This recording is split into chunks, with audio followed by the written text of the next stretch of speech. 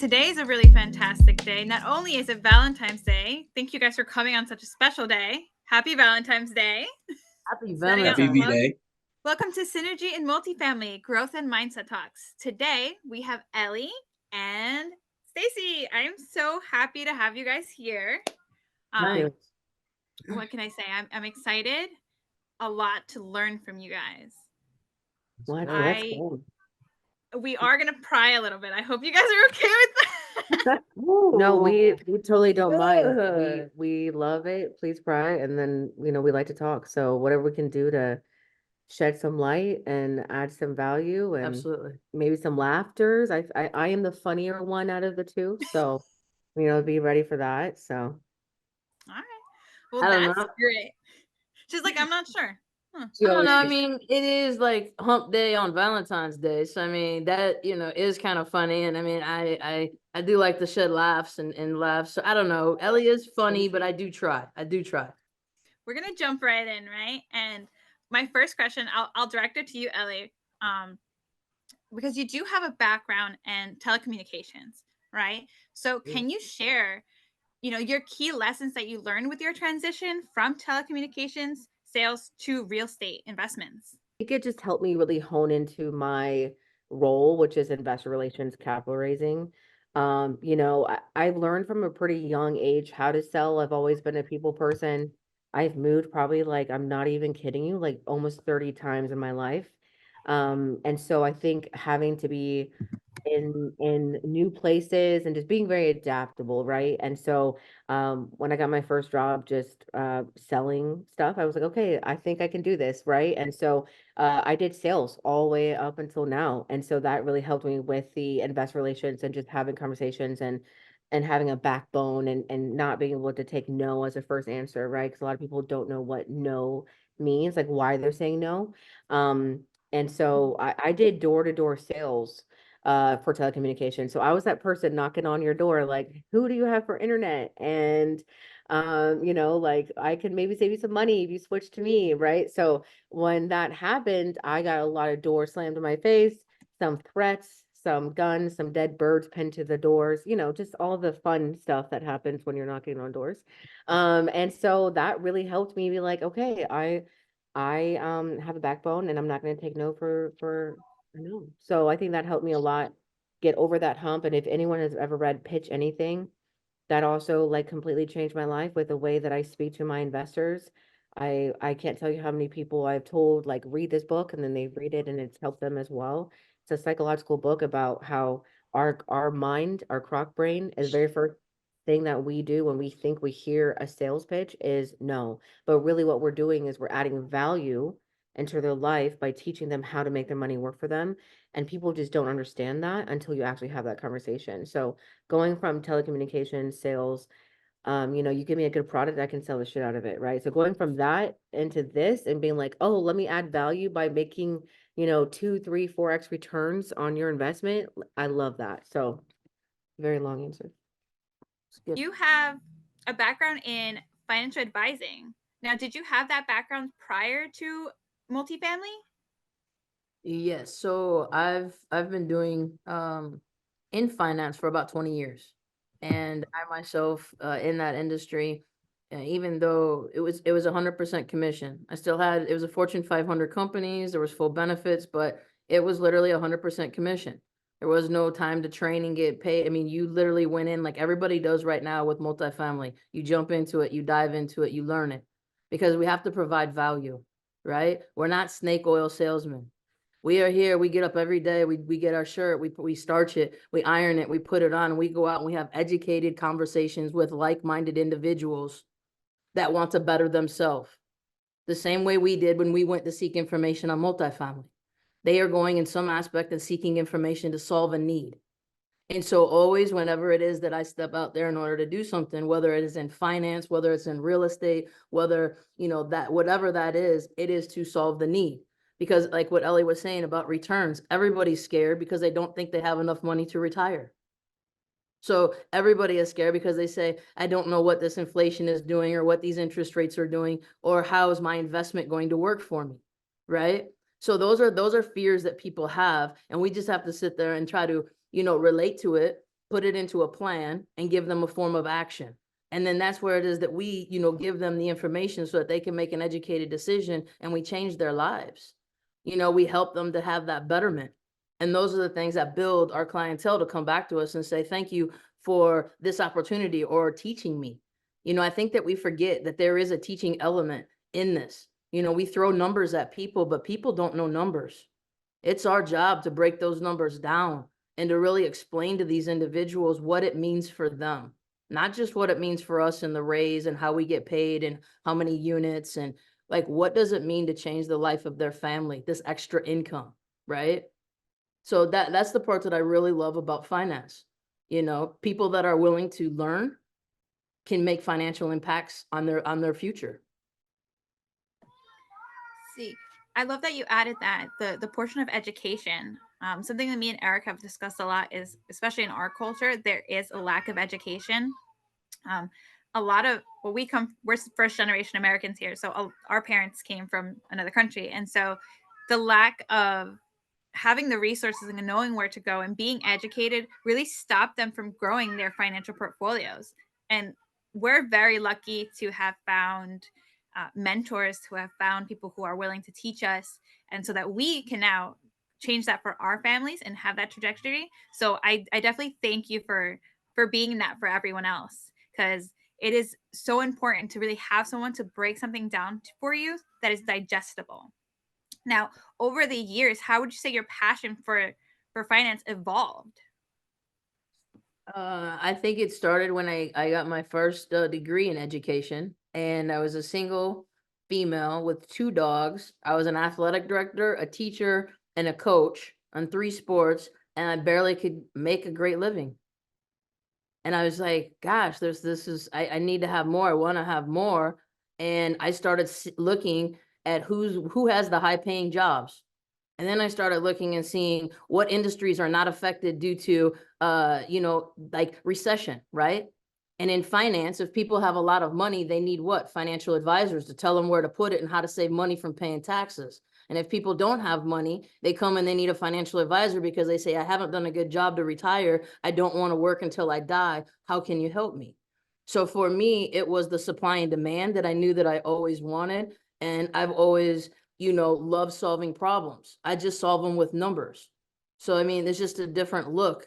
And I think that finance is hard for so many people. And I think that I have the ability with the education and with the finance background to merge those together to help every, middle income families to actually break it down to them, to educate them on things that they can do to pass that legacy on to their next generation. So that's for me, the warm fuzzy. Like, that's what I get back out of being able to bridge those 2 gaps of education and finance and betterment.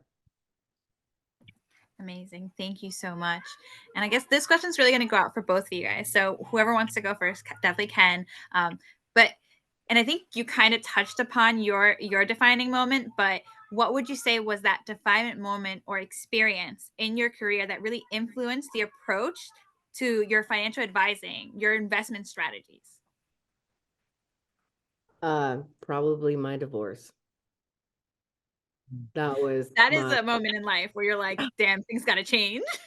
That was when I was like, shit, that's it. I can't do this anymore. So, yeah. So, 29 years old, I did the whole domestic thing where I got married at a young age, and I thought that's what I wanted, and turned out that it's not. And and it just, I realized that time that I was like, I need to change my life. And I've always had that mindset of making money. Even in my 20s, I actually started doing Amazon FBA and sold things online. And I tried to make passive income during that time. So I've always wanted it, and I just wasn't able to actually make it happen.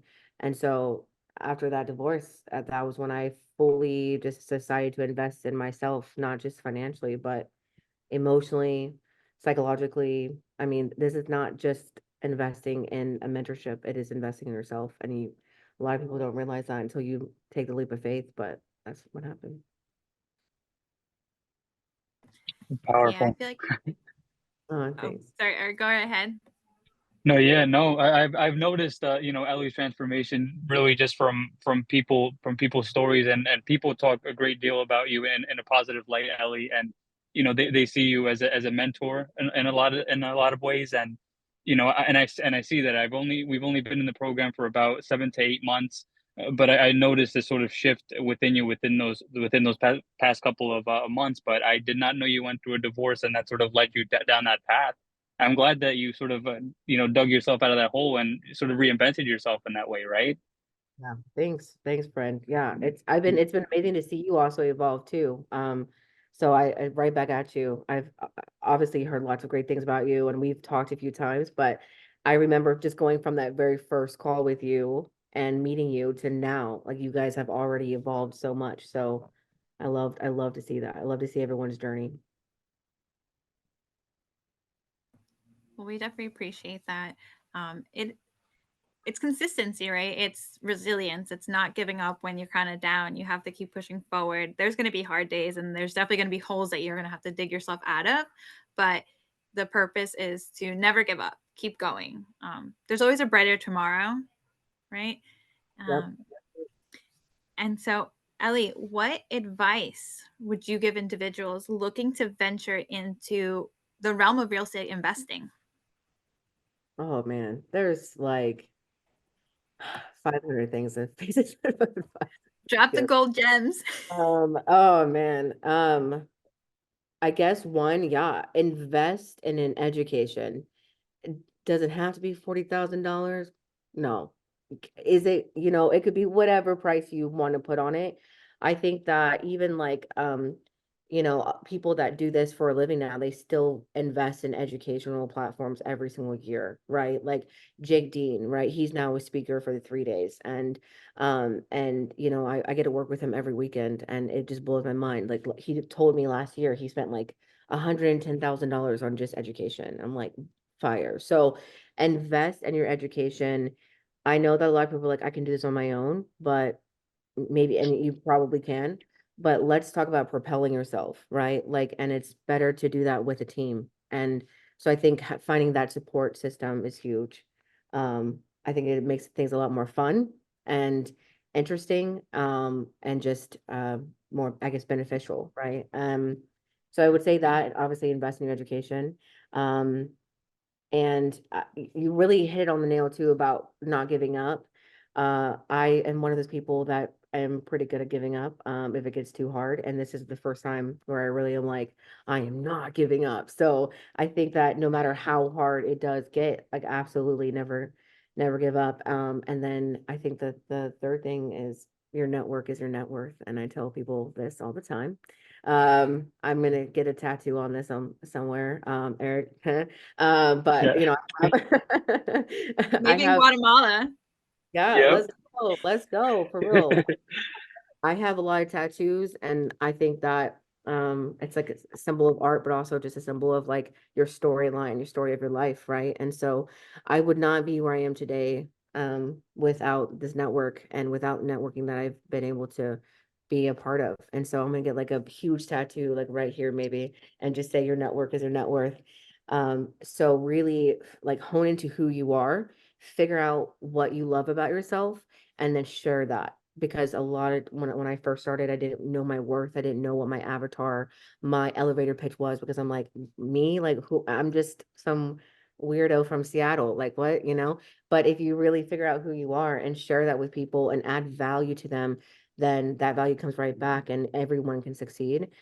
So get yourself out there in networking groups. And if you have to pay to go to network events, whatever, do it, make it happen. There's free events all around your city. Just type in Facebook groups, real estate near me, and get yourself out there, because that's really where real estate, where you're gonna soar.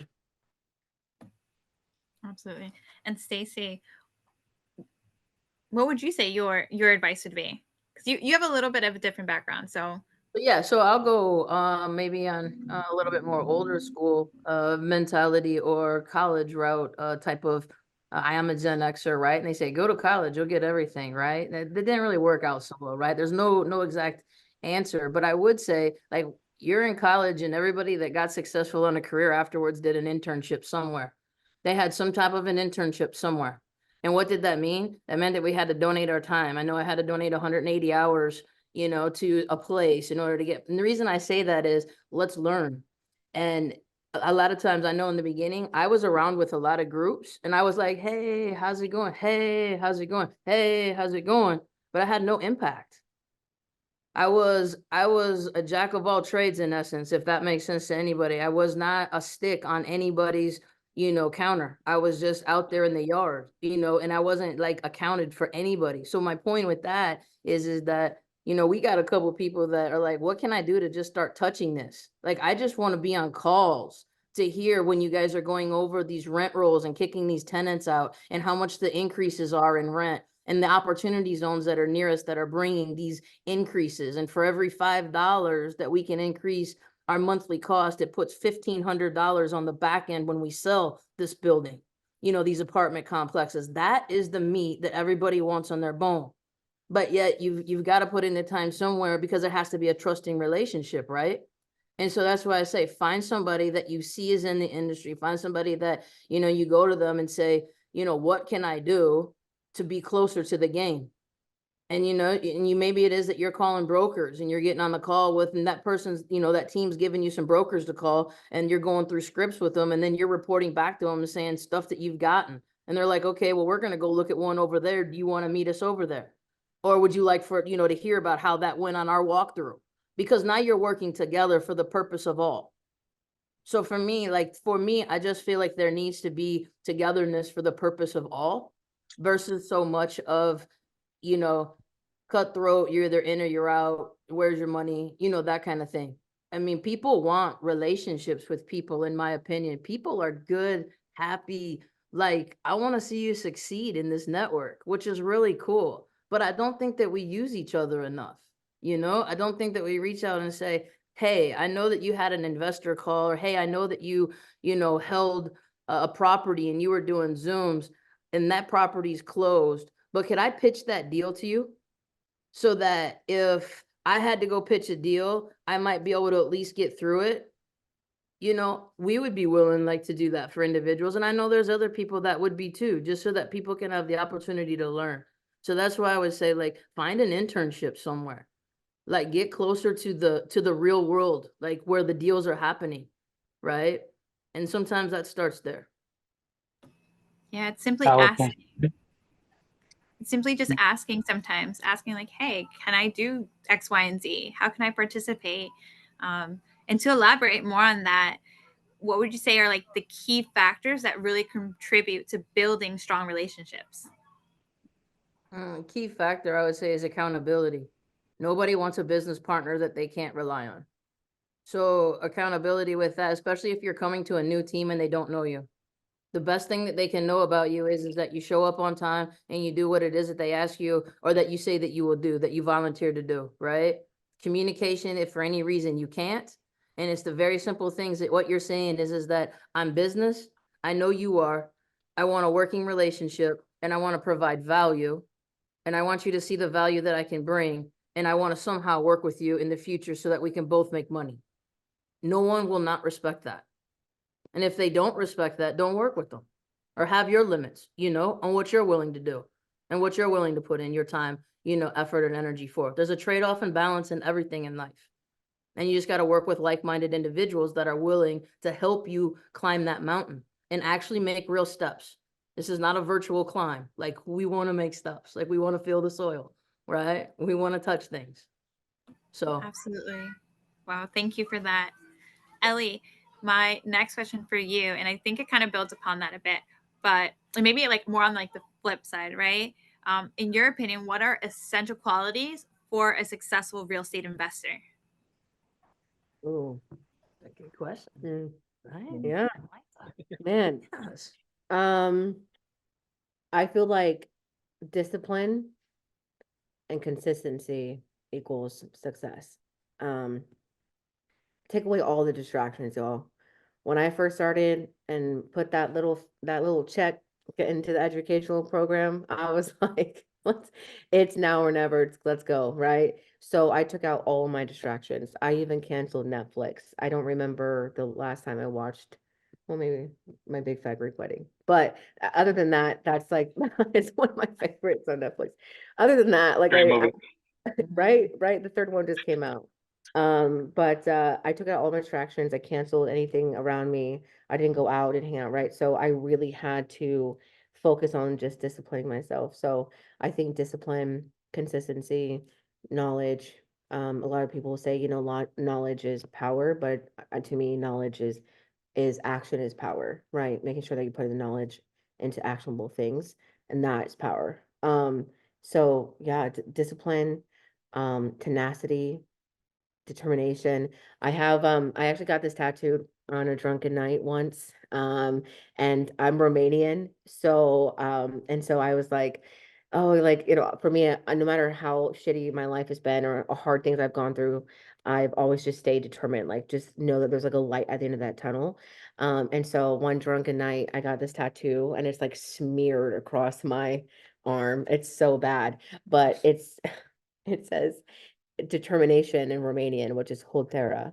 And I'll never forget that, because that's really been like my thing that has kept me, I think, allowed me and helped me kind of get to where I am now, is that determination. Just knowing that, like, no matter what, it's gonna happen. And it's gonna just mean that we're gonna enjoy the journey that much more. Like, a lot of people talk about how hard it is or they want to give up. But I always just tell them, like, realize this, like, think about your happy spot in 5 years, right? Like, give yourself 5 years. What you do now will determine where you are in 5 years. So fuck it. Just work. Sorry, it's because my French. Just work hard now, right? Like, sacrifice, do what you need to do, take away all distractions, and think about your happy spot. So for me, 5 years from now, toes in the sand, glass of champagne, white robe, Bahamas or whatever, somewhere warm, tropical. I don't know, Fiji Islands. But just know, and then I just think about that. I just tell people that, like, no matter how hard it gets, realize that that's what molds you, and know that that's part of your journey. So you will be able to appreciate your journey that much more when you are sipping that wine or sipping whatever or smoking whatever on the beach 5 years from now. No, amazing. I actually just had a similar conversation with Eric where I'm starting to put actionables in place now that I'm like, the Jahira from the future, she's doing that. So you need to do that if you want to get to her. Like, you have to be her now. What advice would you offer to individuals looking to secure their financial future through multifamily investing and financial planning? Man, these questions are fire. Oh, it's I know, very good questions. On the investor side, if I was somebody newly investing into multifamily, I would obviously go in with smaller amounts until I found a good crew that I knew had good results for turning things over. I would be selective in the area that I would want to be in, because I would want to make sure that there were some barriers of entry and or obstacles that are higher in some areas than in others that I wouldn't want to be subject to. I would want to have a work with somebody that would be in some type of financial realm in order to say, when I make all this money, what can I do to not give it back to the government in taxes, right? And I would actually try to set up multiple buckets so that I pay taxes once and I'm done. I would look at whole life insurance for individuals to overfund and be able to then let that money grow for them. I would show them how to do that to create a tier one asset, because it's the best asset that you can have. And what the tier one asset means is that it's the fastest asset that you can liquidate. So banks have a lot of tier one assets, right? And they keep them on the books to keep their solvency. So I would want to set up that individual to look like a bank and operate like a bank so that they can make their own decisions, build their own wealth, and pay the least amount in taxes. So that would be something that would be very important, because you can make the money, but if you don't keep the money, what has the worry been there for? You've stressed out, you've invested, you waited all this time, you made the money and you really gave it back. You could have went into the crapshoot with the S&P 500, right? If that's the case. Right? So for me, it would be really making sure you capture your wins and making sure that then you can get your double and, triple or multipliers, so that that money can be, made and passed to your next gen, and start getting that money, where it needs to be, so that, again, Uncle Sam doesn't get you again when you die. I mean, it's things like that. You want to capture your wealth. That's how you get to be a Rockefeller. That's how you get to be a Ford. That's how you get to have a legacy. And that's what we do this for. We don't do this to be average. We do this because we want abnormal results for our life. And not everybody has wealth and independence and freedom of time. So those would be the things that I would really be, passionate about. And if the person that I'm speaking to isn't like in the same mindset, would have to pass and, wish them the best on it, because I want superior results out of my efforts and out of the sacrifice that we make in this time. Yeah, it's crazy. So I come from the nonprofit world. And Eric's always telling me, you need to get out of that world because you're not going to do anything with it. But my heart's always been in wanting to help others. And recently, I didn't know I had like a 403B that they were contributing to. I had to stop working for them a while ago. I got a check in the mail, and they were like, "Here, you had $7, but we're giving you 500 or something." And then I'm also getting taxed on the back end 10% for like cashing it out ahead of time. And I'm like, you already took the taxes. Why are you taking it again? It Right. doesn't make sense. But no, absolutely planning to keep more of the money that you work very hard for, because I'm sure everyone here can probably attest to this. Making money is hard, right? So we want to work smarter, not harder. However, keeping your money is insanely hard if you don't know and you don't have the tools to do it. Having a financial advisor is key to that success. Ellie, you mentioned it before about mentorship and like investing in that continuing education. Absolutely. How important do both of you feel that continuing education? Obviously, you said that it was great. You had someone that's invested like 110K a year. I mean, Mhm. that could be a tremendous amount, but how important is it for you personally to continue not only educating other people, but your own education?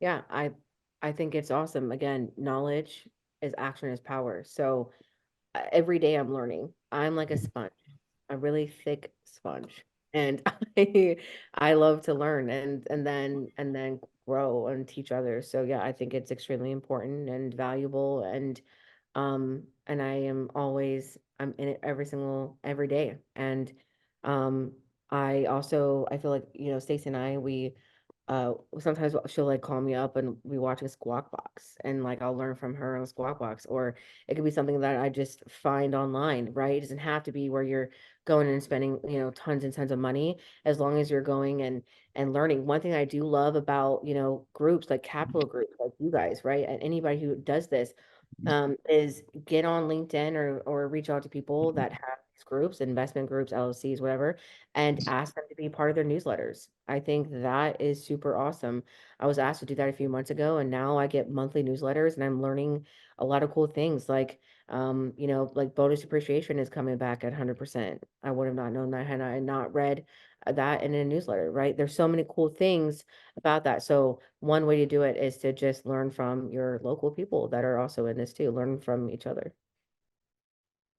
Yeah, you can get so much free education from those newsletters. I Mhm. know our personal business hasn't really gotten to that point, but on my W-2 side, we do quarterly ones because we don't want to bombard too much. But the amount of information that we put and take time to make those newsletters, it's only ever to give value. And Ab- it's just there. It's free. So like, why not, right? Yeah. This question goes out to both of you, but can you share a lesson or really something that guided you throughout your career? Like just in general, like to help us get. Yeah. Yeah. Oh, wow. In now that you guys are in your real estate investment careers, right? I What can piece tell, of advice has guided you? I can tell you that I was in the business realm and with the 8th strongest financial institution in the world. And I had a product, which was this whole life product I was talking to you about. And do you know that for over 3 years, I didn't even know that we had it, what it did? My company had a poor job of explaining what it was that this policy did. I had it for 3 years. Okay. I actually paid and went from, I was living in Chicago at the time, and I went to Texas to go to speaking seminars. I go around and I listen to what other people had. It was buying life insurance policies on sick people so that you could make money on them, right? It's consignment sales. So it was a group, and I went there to learn. And they had somebody up there talking about this whole life and overfunding it, and 10, 15% growth every year, and no capital gains, estate planning. And I'm sitting here like, this is great, but what is this? Where is this? The guy told me, your company is one of the best companies that produce this policy. And I said, well, I know I have I always knew, tooted my company's horn on the strength, solvency, had no idea about this product. The reason I bring it up is because seeking knowledge, like I didn't even know I had this product.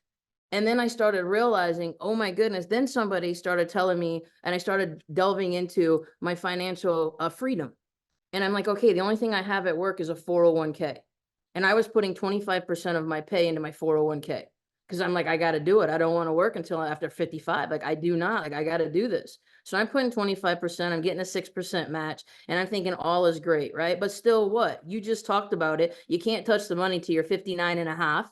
If you do, you get a 10% penalty and you pay taxes on whatever you take out as capital gains. So what really have you made? The other thing is, because I build pension plans, I know how they work on the back end now. You only get a little selection of the market on whatever the person like me who comes and sets up the group for you. I pick your future. And I don't even sit down with any of these people at these groups hardly at all. I have to do a blanketed off the demographics that they give me. Okay. And so I have to pick 20 to 30 funds that is going to be destined for their financial freedom of their future, for them to invest in out of their 401k. Okay. And that's all that Americans have. And they're investing into this all the time. So when I learned about this whole life concept, I'm like, how can I get this money out of my 401k and somehow get it where I need to go? So I started taking a $25,000 loan every year on my 401k and putting it into whole life and paying back my 401k with my earned income. So I started moving my money and I started getting large impacts on my money at over 5% compounded interest in my whole life. And I started doing that every year, and I slowly was planning my exit strategy.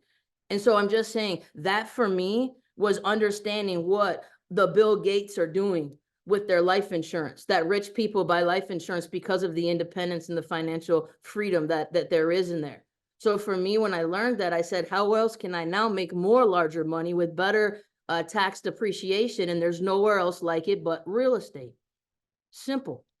So I knew I had to get it out of traditional world, but take what I learned in traditional world, and I had to get out into alternate investing world, and I needed to combine them the best that I possibly could to create another future for people that want to invest. And that's what changed my life into saying, I'll quit, even though I was, pretty good with my company, top 20. And I left on a leap of faith in 2020. And I said, I'm going to try this real estate thing. Never flipped a thing in my life. I only knew numbers, So I'm just saying, like, for me, that was that jump off the cliff and figure it out on your way down moment. But it's been the best ride that I've ever had with no regrets. That's because No. Yeah. No, And absolutely. I friends with a very cool business partner that has outstanding connections. So she does make life a little bit easier. So I do have to say that, but yeah, that for me, that was life changing for me to put what I love together with multiple worlds and help people. I love that. For me, really quickly, Yeah. I would say, don't wait for something to happen, or don't wait for someone else to make it happen. I can't tell you how many times in my life during my other life where I waited for somebody to do it with me because I was like too afraid to go, or where it ended up hindering me because they were like hesitant or whatever and they didn't want to do it. I think that hurt me and like sales and my own personal life. And so when I did this and got into it, I was like full-fledged. Like I did have a group that I was working with, but it like I was the one that was like just really head on, and I was like, I'm gonna do this for me. I love the fact we have support, right? But I just knew that I had to do it kind of like on my own, right? Like really figure out myself and getting into it. So never wait for someone to do it. If you want to do it, make it happen. That's so powerful. I love that too. A lot of Yeah, people. extremely. I think a lot of us have that fear that, you know, it's sometimes it's hard to just like move forward and take that step because you're like, it's unknown. And sometimes unknown can be scary, but I think we can all say this. The unknown, the uncomfortability, that's where we have to be to succeed. You have to be uncomfortable to be comfortable. And too many people are okay with being uncomfortable. And it's so like today we were at the mall to grab a couple of things and I was seeing, people, there's one girl at a kiosk for putting your feet in the water and the fishies come and swim around your feet. They eat the They algae eat the stuff, algae. That's what they're doing. They're Okay. eating on their So I feet. don't know these things, Yeah. right? That's what she does it. But like, like you could just see like the person there and like just so bored out of their minds. But I do think I was thinking that in my head while I was walking by, like I'm like, thank God I do not do that anymore. Like I'm not in an environment where I'm doing something that I absolutely hate and bored with, and it's not challenging me. It's not making me want to like get up, but at the same time, I knew that I had to go through those things to be able to like actually feel that way, but like, fuck, I need to do something better. So I like sent like some synergy to this girl walking by her and like smiled really hard at her so she could like feel my vibe. But I was in my head, I was like, you don't want this. You're gonna want better things for yourself. You're gonna want to be a multimillionaire. And I just like sent that to her. So Nice. Hey, energy transfers. I can feel like this fire that you guys have, and you guys complement each other so well. I just had to throw that out there for you guys. people say yin and yang. Yeah. That's cool. Yeah. That's Thank cool. you. No, you can definitely tell you guys are very much like just in synergy, honestly. Thank you. So this is one of my favorite questions I love to ask. And I love to ask this because I like hearing people answer this. And the question goes out to both of you. But how has multifamily investing changed your life? Man, how is it not? I feel like it has completely transformed me. I don't know, like, I mean, it's crazy, you guys. Can I just like, I'm gonna just be a little weird with you real quick. When I first met Stacie, we were like, what? When I first met Stacie, she really didn't know what she wanted to do in the multifamily realm. But so when I met her, I was working with another company, the team that I started, and then a few months later, I ended up leaving just because I cared more about the friendship than business, and we just weren't going the same way we all need to go. And I was like, hey, let's just kind of break even, right? And so I split it off, and then I was kind of like walking around the house like super depressed, and I was like, I don't know what the fuck I'm gonna do next. And then Brian Briscoe calls and was like, Ellie, I have 5 deals, like get on. I want you to raise capital. And I was like, oh my God, like this is the universe telling me it's gonna be okay. So I call up Stacie. Stacie's mom. Stacie's mom's gonna okay, sorry. Gotta Anyways, go. No. so I called up Stacie and I was like, hey, so did you want to like maybe, I don't know, raise $1 million with me? And she was like, absolutely. And I've never seen somebody just take what I give her and just run with it. I'm like, let's go. Yeah. Like, right? Yeah. That's what it's about. Like waiting for a moment or something. Yeah. Let's Yeah. go. That's So like, you're getting called out the dugout, right? Like that's your at bat, right? You're on deck, you're in the circle. You're swinging the weighted. I mean, I was ready, but I hadn't stretched by any means. So it was scary, right? So I'm definitely like, yeah, but Elliot, you got to help me with, got to figure out this, got to know this. I thought when joining multifamily and stuff, I would be all about the numbers, the underwriting, all of the things of that nature. Now, although the numbers are so important, what I really enjoy is the investor relations. I really actually enjoyed at Thompson Place. I was able to do the contracting for all our products, for our projects, for our CapEx on the drainage and the overhead and the gutters and the, the landscaping, the cement, things of that nature. And it's a large budget, right?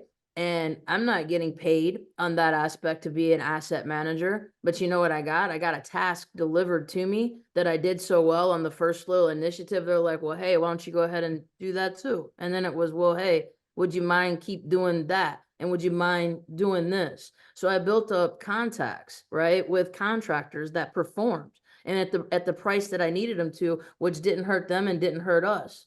So for me, what did I learn in this? I learned that the best thing was just getting on a deal, not waiting for the deal, but getting on the deal, because I could not have gotten as much of the, Ellie and I were looking at the numbers in the books, and I saw this, there was this huge cost on something. And I was saying to Ellie, I know my guy could have done that for we just got into the books and stuff, and we ended up finding where we ended up saving, our group ended up saving about $100,000 to our complex by stopping some work being done at our building, even paying them to leave our building, and then hiring another person and coming in and getting this job done. And that's when you really provide the additional value now to this crew, because now this team sees, wow, these girls, which they call us, which I'm always like, it's BNF. I mean, but that's fine. We'll be like little girls all the time. Like the guys always want to say girls, right? But we were like little girls.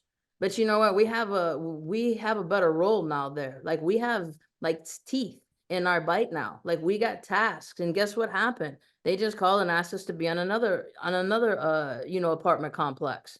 And we're just that one step closer to running the whole show. But it all started because I was able to say, yep, let's just go and figure out how to raise money, bring money to a deal, and let's get on a deal, right? And so for me, that was probably the best lesson, because it has made the career, it's made the moves, it's made the groundwork easier to keep climbing. Yeah, I think to see her journey from where she started to where she is now is awesome. Like she's grown as a business partner, as a person, like overall 100%. And I think I love everything she said. I just to tap in on that. I completely agree. And I think the biggest thing that I've loved about it and that's changed me completely is knowing the worth and knowing that this is absolutely achievable and obtainable. You just have to really want it. You just have to like go out there and do it, get your hands dirty, and know that it's not going to be easy, but that it's absolutely achievable, obtainable. And it's literally changed everything, like my mindset, my life, everything. So amazing. Thank you guys for sharing so much. I have to just mention, Eric put in the group chat saying going above and beyond for your team. Will also added rock stars. And absolutely right. You guys are definitely rock stars, because that's amazing. Saving that much money for your group. They were blessed to have you. But listen, one thing about that though, which is where Ellie is a little bit better at me, and that's where you also have to know your partner, because Ellie's nicer, like about some things, right? Than I am, right? So, but I'm always getting nicer. I'm just more of a numbers person to the point, right? I don't mean to be offensive to anybody, but I'm kind of like, WTF, why is this 100 grand when we could such and such? But there's other people that are put in place, right? And I need to befriend them. Right? I need to be on their team to work with them to say, hey, I know that you've sourced the best that we thought of where it was that we were at, but hey, universe has opened up, and guess what? We should take a look over here because we could save our investors a lot of money. That is my role on this whole aspect, is to make sure that that CapEx is being spent the way that it should be spent for the best of its ability and to benefit my investors, our investors, right? And so for me, that's where it's always, they might say, oh Lord, here comes another request for an additional meeting. Yeah, because I'm just saying, hey, I just want to know, did you see the numbers that I got on the quote? Or hey, did you see where we're at? Did you see where that changes our numbers? Right? And our team worked with us. Like they welcomed that because of the way that it was brought. It wasn't brought like I'm out showing you up. It was brought like, I want to work with you. I want you to see value.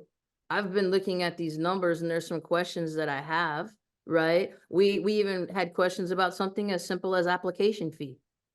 In the application fee, the numbers were coming back like $35, $170, $55 each week was a different number. And I said, how mathematically, what are they charging people for an application fee? Because I can't tell how many people are coming through the door because these numbers don't make sense. Is it $45? Is it $50? Is it $25? None of the numbers are making sense. Well, we had to fine tune that, right? With our property management company.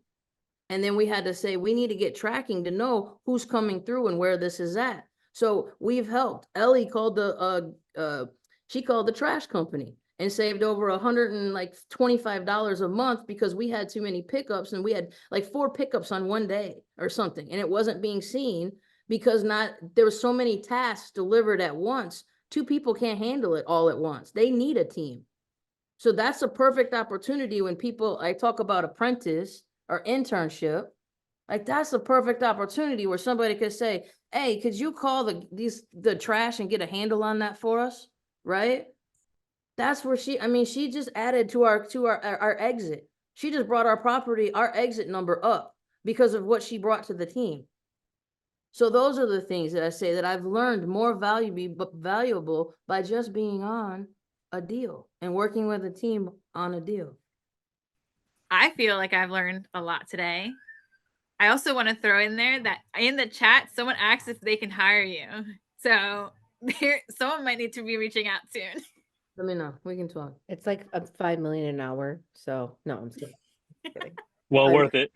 Well worth right? it. I'm totally kidding. Oh my gosh, man. No, amazing. I want to open it up to our audience to see if anyone wants to ask a question. But go ahead and unmute your mic and go ahead and ask. All right. I admit that I don't have a question, but I just wanted to say hi to Ellie and Stacie and say that you guys are awesome. And to everybody on the call, happy Valentine's Day. Happy too, Valentine's girl. Day. Likewise, happy Valentine's Day. It's every day's Valentine's Day.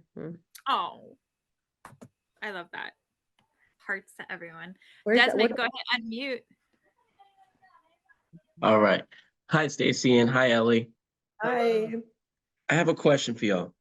Mhm. So when you guys were first getting started and like brand new, Mhm. how in depth did your mindset, like how hard did you have to change your mindsets? Meaning like, how did you have to prepare, like knowing that there's a great battle up ahead, you just gotta prepare yourself to get there. How did that, how was that talk between yourselves, you versus you? Almost missed that. Yeah, that's a great question. He was I'll give you like a real quick in a short nutshell. When we got the deal, Ellie just got the call. No one knew about it, right? I had vacations already planned. I had trips to Costa Rica. I was going over to Mexico, and we're raising right on this deal. And we hit our numbers because we hit, and they were like, "Well, we're short, and this other team fell out. And can you come with this?" And I want you to know, keep in mind, we ran day and night. Like we would sometimes do 4, 5 Zooms in a day because sometimes it'd only be 2 people that could only make a certain time. So we're gonna go ahead and we're gonna do a full investor. They deserve the same thing that a whole group gets. Right? So you can't slight anybody, right? You've got to be prepared. You got to go to bed at night. You got to eat right. Like literally, you think I'm kidding and you're not. Like it's a lot to stand up in front and to present and to give information and to be excited and enthused for every person that you're presenting to, the same as you would for the first as you do for the last. And when we were doing that deal, Ellie was in Seattle. So I was also Ellie was getting up sometimes at 5 a.m. in order to do one because it's 8 a.m. Eastern time and my people needed it at 8. Sometimes I was on at, a 12, 1 o'clock call because sometimes her people needed it. So when they say that you are kind of enslaved to the deal, you truly are. And I mean, we lived and breathed it. We were constantly on the phone with referrals and people saying, reach out to this person because our team was short and they needed over, another like $750,000. So I looked at Ellie and they were like, there's a little bit more GP opportunity. So I was like, all right, I'll cancel my trip. Let's go, and I wanted to stay in it and show dedication and show the team that I wasn't going to let them down on that aspect. And we closed on time. August 10th, we closed, so it was huge dedication, but it was well worth it. And I wouldn't have changed any bit of it for the progress that ended up bringing, but go ahead, Ellie. Yep, that was great. Absolutely, all of that. And just to add to that, Sharing our GP. yeah, I think you really have to realize that without good mindset, there's not a lot you can accomplish. And if you don't truly love, I'm gonna get sappy, y'all. Hold up, hold on. If you do not love yourself, if you do not love yourself, truly, and know your worth and know your value, you have to start there. Like, absolutely. So get on Amazon, type in mirror markers, okay, $12, and then start writing them on your mirror. I am worth it. I am amazing. I am valuable. I am fire. Whatever you want to say to remind yourself every single day, because that's where the mindset starts, is with you, right? So like how you truly feel about yourself. And then everything else just comes gradually. So this is why we're yin and yang, because hers is like, like GP and like da, and I'm like, love yourself. But I just think it's true, like you really do. So like making sure that like I used to like listen to my favorite music in the car, and then I stopped and listened to motivational speeches, Tyler Devereaux's Growth Cast, right? Um uh I literally eat, sleep, shit, multifamily. I'm going to brand that at one day, like on shirts and stuff, because that's what I did. And I was able to get my first deal in less than 90 days because of it. I GP on 382 units in Jacksonville, Florida, because I was like, I'm going to make this happen. So again, it starts with you. Your mindset will completely change. I'm not the same person I am today than I was almost a year and a half ago, 2 years ago now. So realize that this is a growth mindset, as Tyler Devereaux, man, it's just like, And let me tell you like a funny thing too, like Ellie.